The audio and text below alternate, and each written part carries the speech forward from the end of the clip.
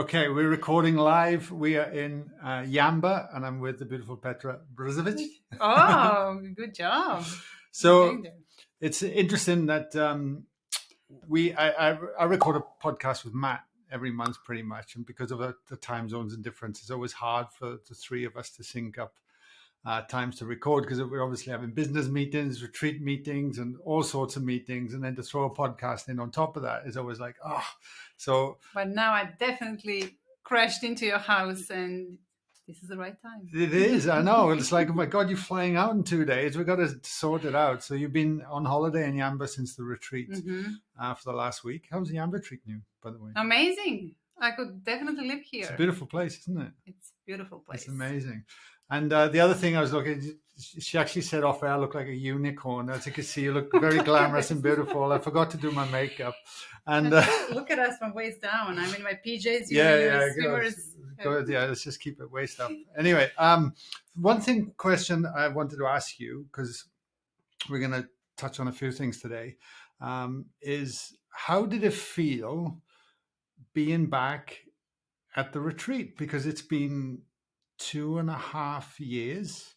We had run 5 retreats and then COVID happened. And then we couldn't get you out here in person for 2.5 years. And then you were there.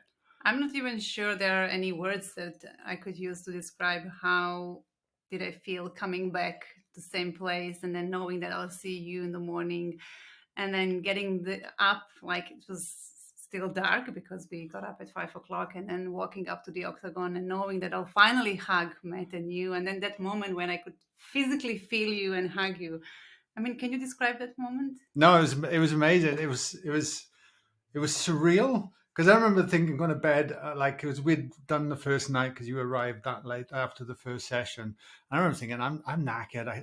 I'm sure Petra's going to rock up at like 10 in the morning after being jet lagged. And then you just walked in like fresh as a daisy at, 5:30 a.m. or whatever it was the next morning. And it was surreal because it felt like you'd never been away at the same time. And everything just slotted in instantly.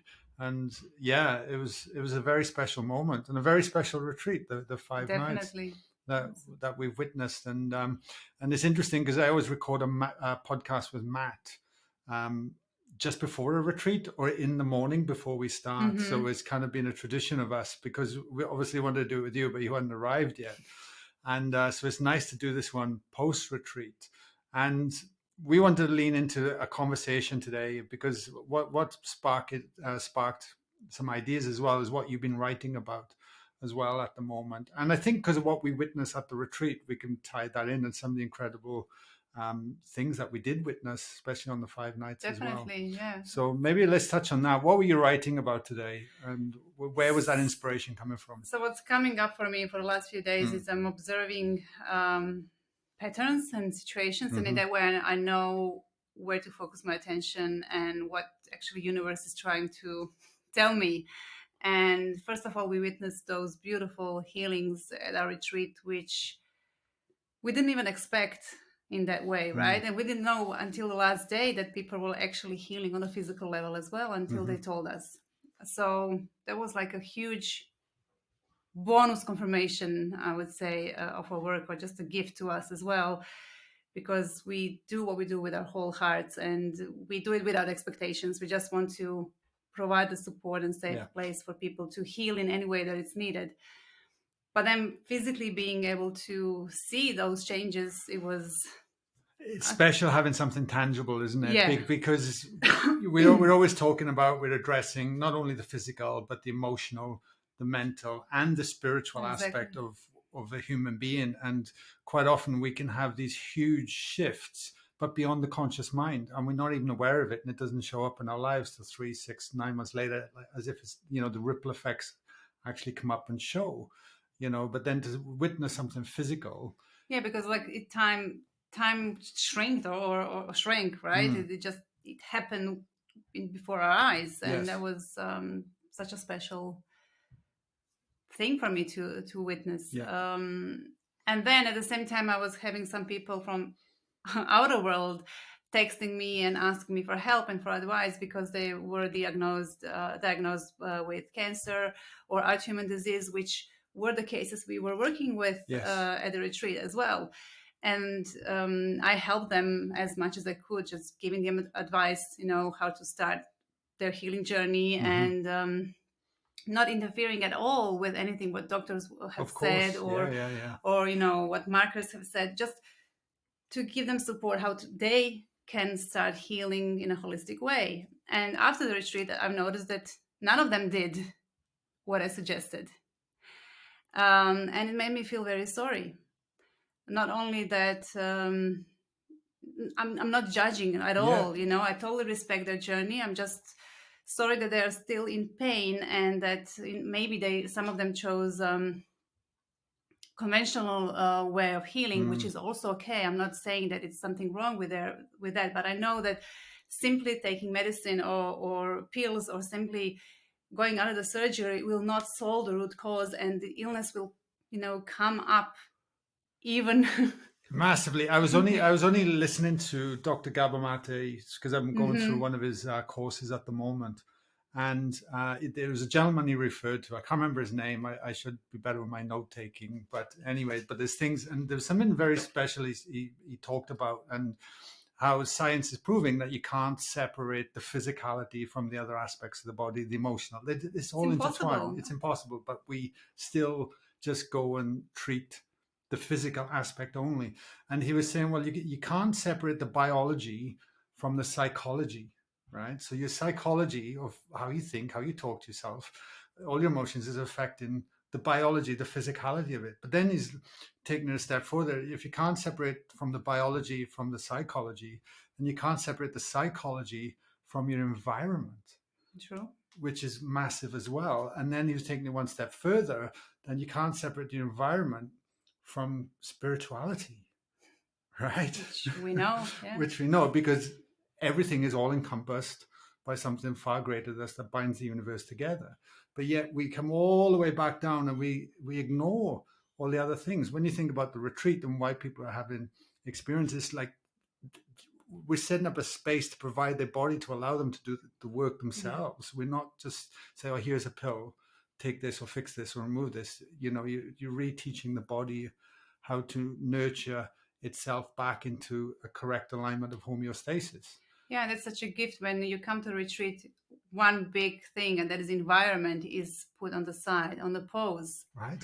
And then we come and provide all the tools and techniques, and we guide them to the journey of healing, which happens for every individual, like it's an individual journey. So it's not just that you Matt or me are saying, because we witnessed that in our work, but there are so many scientific papers that prove, since Burr started proving that the disease first starts on a subtle levels. I don't know if you know about that research. Burr, it's Burr. No. So he was doing research, and he found that he was examining or researching women and their energetical field, electromagnetic field, and he found a pattern of cancer in their field before it was shown on a physical level, without telling anything to them. And then after several months, those women that showed patterns in their electromagnetic field showed on a physical level cancer. Wow. So that was, I don't know, many years ago. So he was one of the pioneers of the work that we do. And then, of course, we have so many modern researchers, and then Bruce Lipton with genes and environment and everything. So many things are coming together, and now we witness all that, and it's just beautiful. And it's not easy. I'm not saying it's easy. Oh God, no! It's not like you rock up like, the retreat, you come to retreat or anything. And I'm done. I'm going to go home now and go back to my old ways. Another shit hits the fan when you get back home, and when your environment is there, and there's a big possibility that it starts triggering you again, and then it's another level of work. Totally. Right? Because I moved, and I got a question to tie back into your writing and to the people that asked for your help, because I moved into this line of work for my own personal reasons and journey, and as I discovered more and learned more, I truly felt my whole heart, this is the way, because we're really treating symptoms, not causes, right? Not the root causes, exactly. I should say.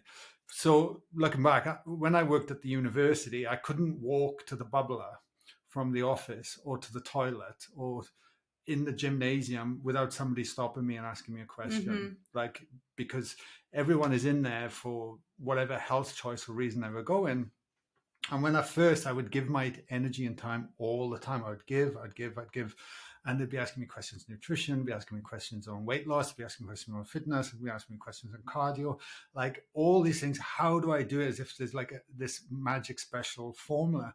And then I would give my time from them. But what I was realizing, because I'd see them outside, I'd actually see, without trying to judge, but I'd see what they'd be eating and what they're doing and their habits, it's just as an observer. And I quickly realized that they weren't doing the work, or they weren't prepared to. There was something in the way of that below the conscious mind that prevented that from happening. So I could, they'd come in, they'd come out, they'd train hard, they'd disappear. It wasn't like they could just chip away and be consistent slowly over time, like maybe 1%. It's so minimal. So it made me, when you were sharing me with that, at a different level, because I wasn't at that point facing people with chronic disease, even though that did come later with cancer. From your experience, what do you think that point is, that tipping point to drive someone to actually finally take action, to drive someone to actually go? I mean, okay, I'm still talking for Sarah, so I apologize, but how many people have you heard say, I wish I'd started this sooner? I can't believe what this work has done to me. Like, or to come to the retreat or something and go, oh my Everyone, God, right? Basically. Yeah. Like, what the fuck was I thinking for the last 40 years? Unfortunately, we all wait until it's too late. And only when it becomes our way of living, like for us, then it's just our way of living. And of course, there's always something new to work on. There's always something new to heal. But somehow you have this new awareness of everything that's happening inside you and around you. But until we reach that level, usually what we need is something horrible happening to us, whether it's an illness or, I don't know, loss of a job or a financial breakdown or whatever. And then we're just faced with, I have to do something. And that's a gift. Yeah. And the sooner we start looking at an illness or financial breakdown or divorce, whatever it is, as a gift, the sooner we start creating a new life. And unfortunately, many people stay there stuck, whether in fear or feeling not good enough, fearing it's too late, I cannot do this, ashamed, guilty, whatever. And they just keep on looping and looping and looping in that thing or that situation where they're in.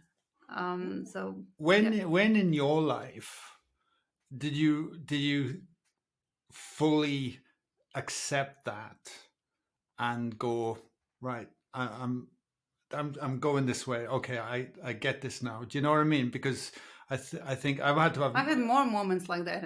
I'm sure, I would say. Do you know what I mean? But I found for myself there was a tipping point where I actually would accept more of the challenges that things are coming at it from a different lens and lean into the processes that we do on a self basis to go, oh shit, this is happening to me right now.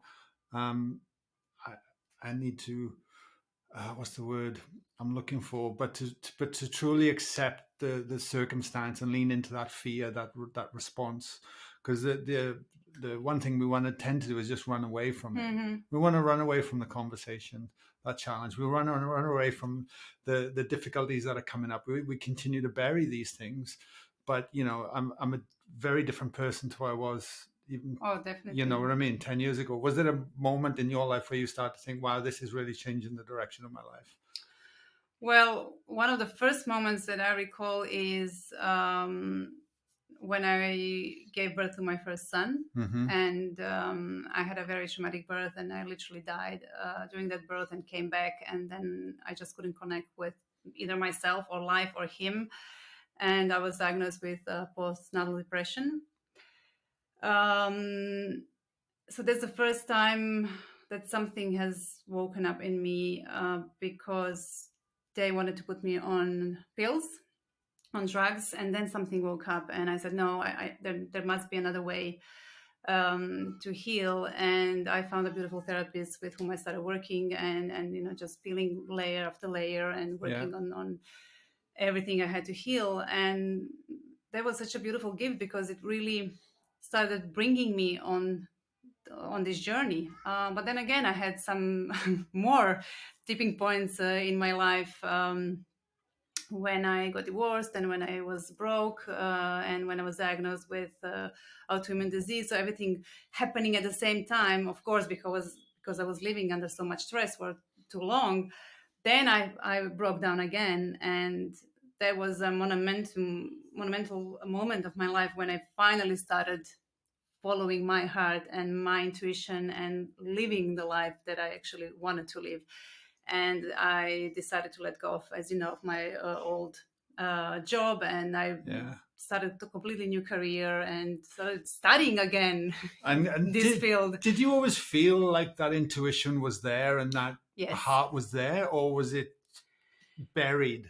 I was always feeling it, but I was allowing environment to prove me wrong.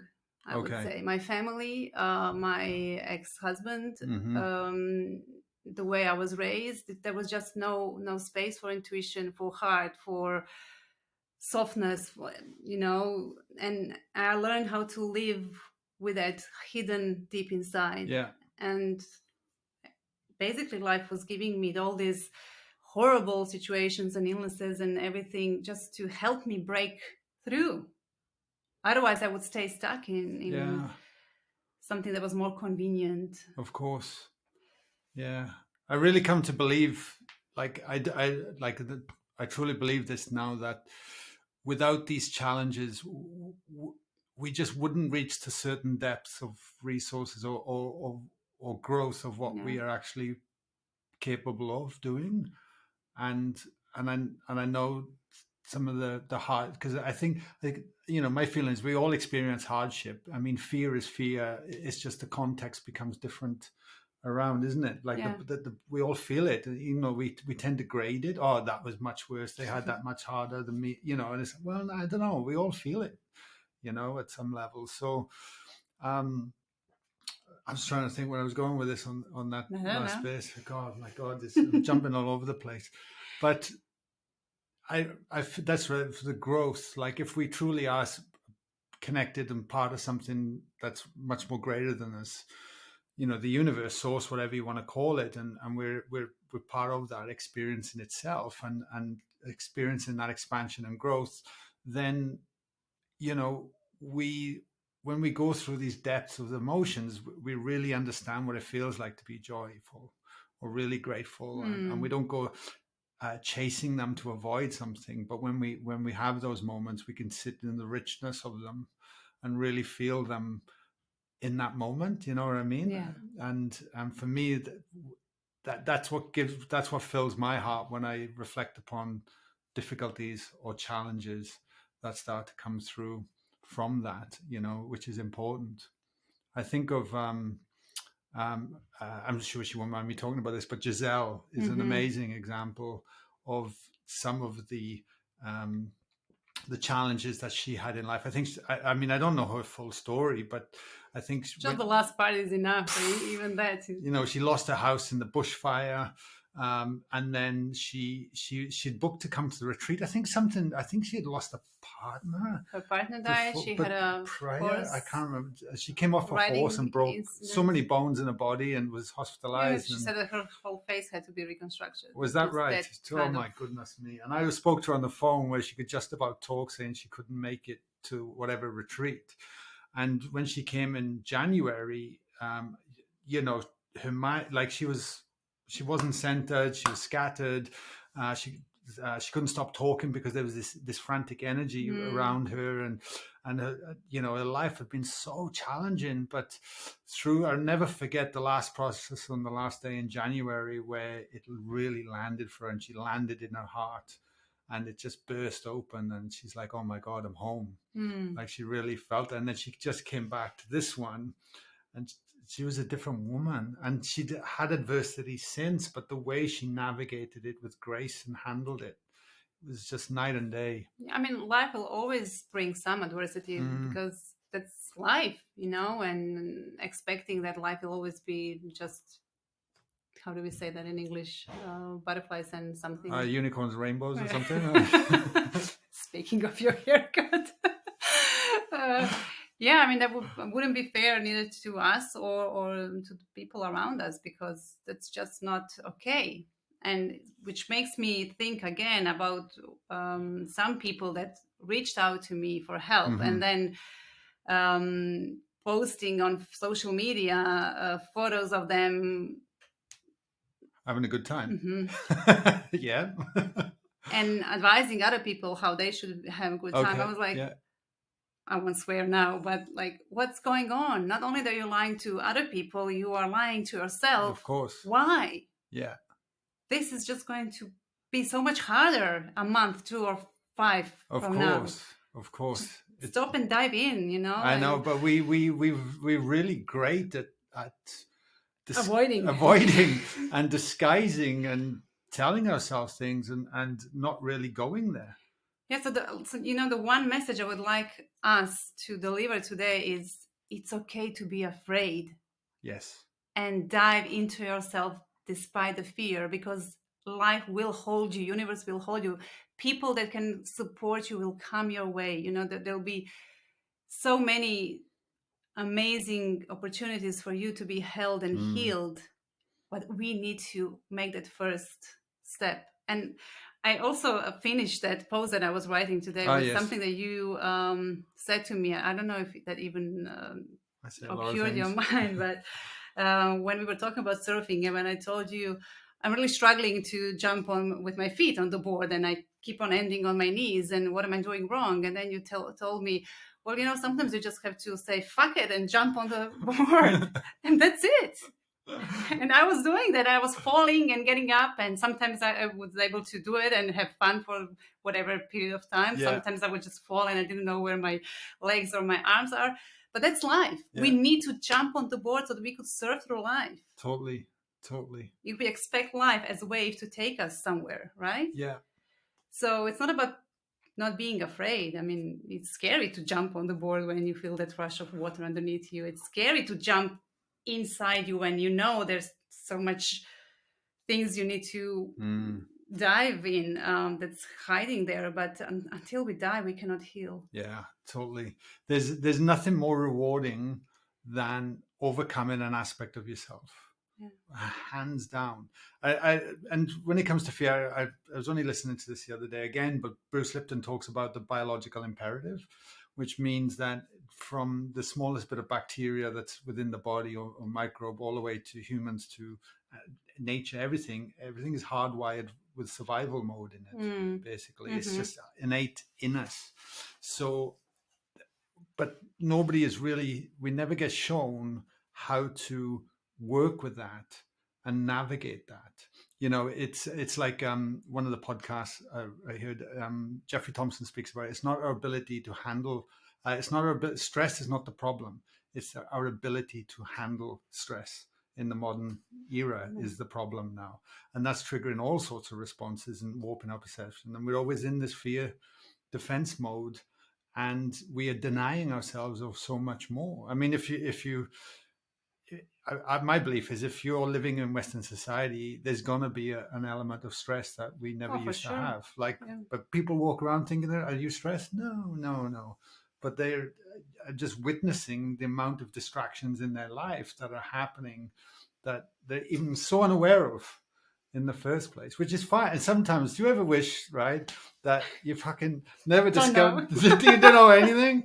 Yeah, at the same time, I know, looking from, from the soul level and from like higher state of consciousness, it's okay. Of course. It's okay if we die today or tomorrow in 5 days, or if they choose to die like now, or it's okay. But still, as a human, it's the human condition. Yeah, it's hard. So, all right, just to kind of tie a bow back in this question and give something for listeners, I'll just be aware of the time. We're doing good. We've got so many things going on outside of this podcast. It's not funny. I got a quiet Ava at the moment. It's great. Yeah, and quiet Kai somewhere as well. Because the other thing is as well, what I've noticed is when at the workshops or at the retreats, it's very natural, common to kind of separate yourself from the speaker to like presenter to participant, right? And quite often we get elevated on a pedestal, right? And through that elevation, then that means, oh, but they know this work. They've done it all. It's easy for them, easy but for them. I can't. It's like, no, fucking hang on. We're all human beings. We're all here equal here. But it just happens to be I'm at the front talking to you lot. I've sat many a time in the other way, going the other way, looking at it like there's no difference, right? But it's almost like in our culture we tend to do that. Yeah, we always think it's easier for somebody else. That's right, and so then that thinking mind comes in. So so the point I'm trying to raise is like people just assume, Petra, you're here, you do incredible work, you hold incredible space, you work with people, and then when your challenges come along, it just skips right off you. You just carry on. For sure. You just get in the car and turn the radio on. It's another day like normal, huh? And we get affected too, obviously, right? So what would you leave with people? How do you what thinking process, how do you look at things if a challenge arises? Where do you tend to go with yourself? If you could summarize that just to support. I always try to stay in the role of objective observer. Okay.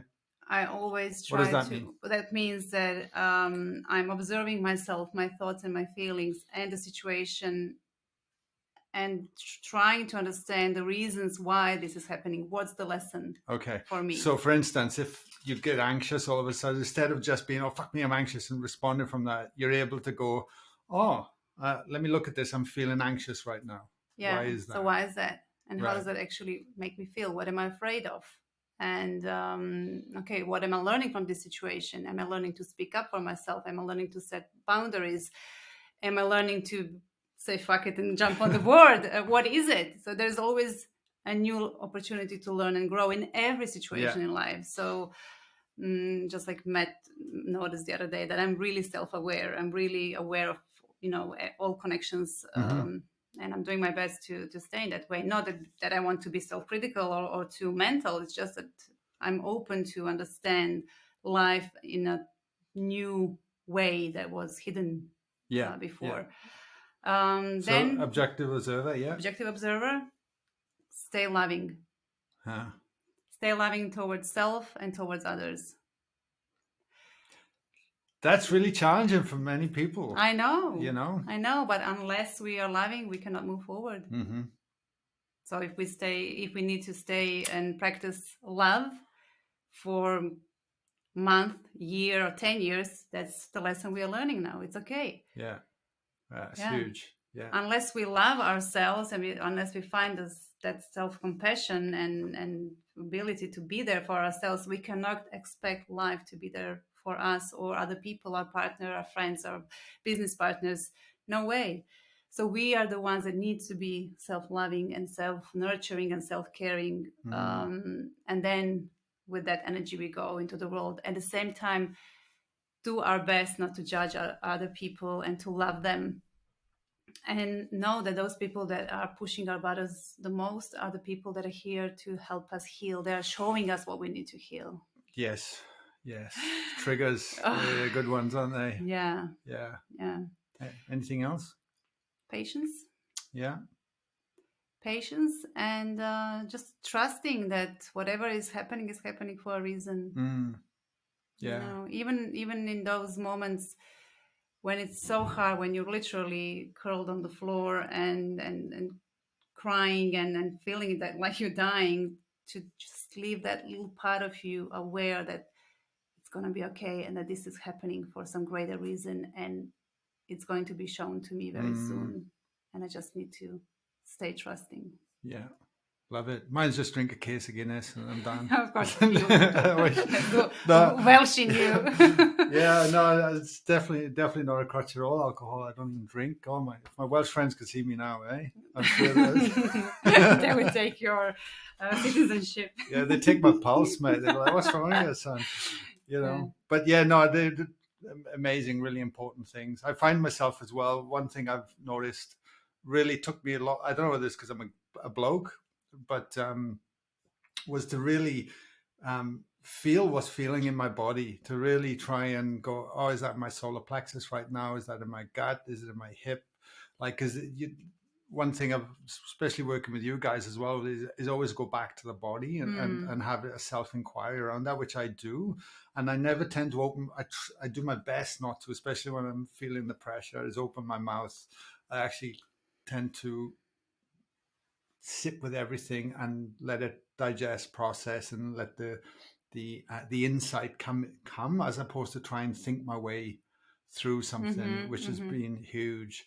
But having the gift of age, because as you get older, you have more experiences and you have more tools and resources to draw upon, to look back upon, where sometimes, in our 20s. But hey, the generation coming through now, man, I'm sure this is a walk in the park and natural to them, maybe. Who knows?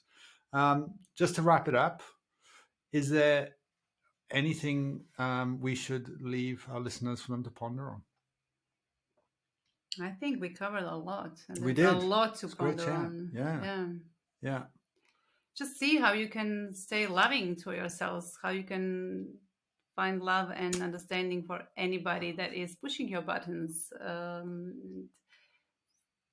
Practice trusting life. I mean, even one thing that we, out of all this that we were talking, if we would practice consciously, it would bring an enormous change in our lives.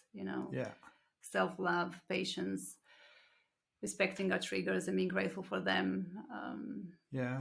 Going out of the comfort zone, jumping on that board. Exactly. Get out of the head. That's what I want to say to finish this. Like we overanalyze. Like, you could be a serial podcaster, which is amazing. I love it. You're listening to my podcast, but unless this is actioned and we actually dive into the minutiae of it and start pulling it apart and get into it, and just remember, biology, psychology, environment, spirituality, those are inseparable. What is your environment like? Are you actually putting yourself around the right people? What is your connection to source like? Does it feel like this just completely cut off? What is your psychology? We could talk so much about each one of those. I know, right? I know, but lots to ponder on. But dive in, and hopefully at some stage, we'll see you at one of our retreats. Yeah, I'll meet you in person. Absolutely. It's special. Yeah. We would love to. All right, Petra, high five. We managed to do it before I leave. Thank you all. Much love. Amazing.